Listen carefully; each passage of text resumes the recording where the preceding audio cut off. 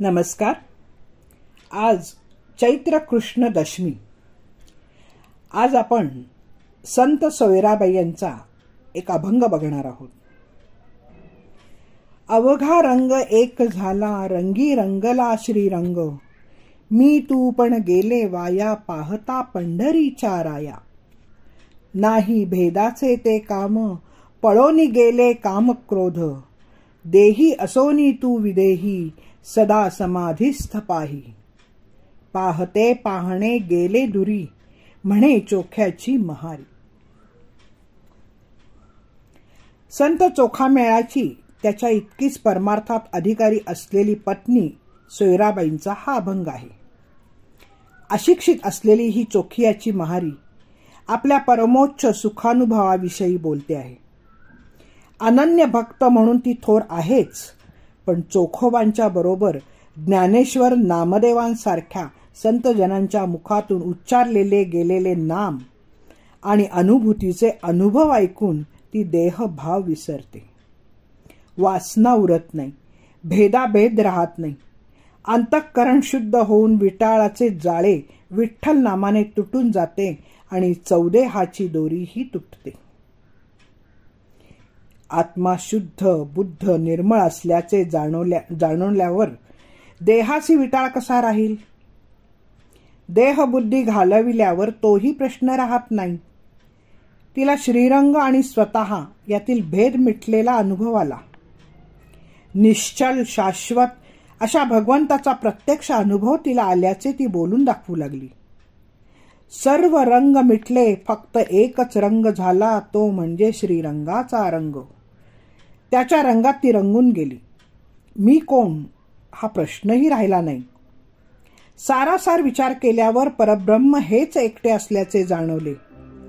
मी आणि तू पण नष्ट झाले आणि अद्वैतानुभूती आली. सगळ्या देहाचा शोध घेतला असता त्यात मी पण कोठेही दिसेना. मी तूपणा तत्वच लय पावला. सर्व दृश्य पदार्थांचे निरसन झाल्यावर तत्वांचा लय झाला. राहिले ते पंढरीचे परब्रह्म. मग भेद कुठला? मी पण नाहीसे झाले. वृत्तीरहित अवस्था आल्याने काम क्रोध पळून गेले, नष्ट झाले. सोयराबाईंची स्थिती देह असून विदेही झाली. ही अवस्था उन्मनी असते. कार्यकारणभाव लोपून गेला आणि द्वैत बाजूला सारले गेले. बंधने संपून ती समाधी व अवस्थेला स्वतःला पाहू लागली. त्यामुळे पाहते पाहणे या गोष्टी राहिल्याच नाही, असा विलक्षण अनुभव तिला आला.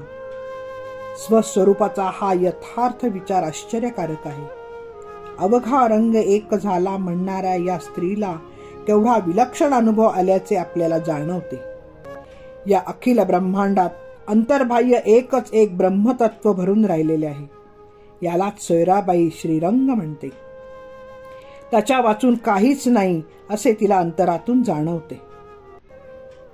भक्ती मार्गाच्या प्रक्रियेत नामानेही सगुण विठ्ठलाशी ऐक्य होते. मी तू पण राहत नाही. सोयराबाईने नाममार्गाला अनुसरूनच आपली आध्यात्मिक दृष्टीने स्पृहणीय प्रगती करून घेतली आहे. तिने नामसंकीर्तनाने मीचे स्वरूप लक्षात घेऊन आपले अव्यक्त आनंदघन स्वरूप स्वतःच्याच ठिकाणी स्वतःच्याच अंगी म्हणजेच त्याच्या ज्ञानरूपात प्रकट करून घेतले. देह मी हे सरे, उरला उरे देह, ही अनुमती आली. त्रिअक्षरी जप सुलभ सोपारा, वाचे तो उच्चारा सर्व काळ.